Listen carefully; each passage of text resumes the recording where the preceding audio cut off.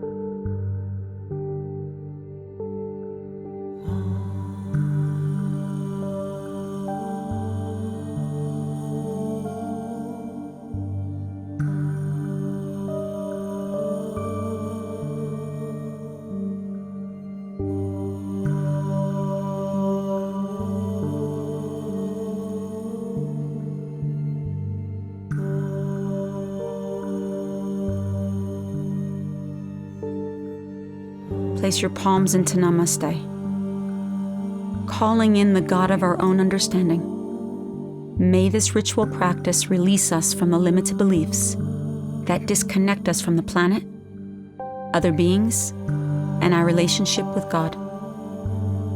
May it empower us to remember our soul's calling and the purpose of our being, which is to love and to serve all souls as sacred reflections of our own infinite divinity. We dedicate every movement and each breath to the continued commitment to awaken from within and to remain unafraid of the necessary personal healing that is the inevitable byproduct of growth. May our bodies be used as a vehicle for transcendence that brings us home to the mighty knowing of the God, the love, that dwells within each soul. Bow your head. Hands to your third eye. May we heal, and in doing so serve your will and all beings in whatever way we are called.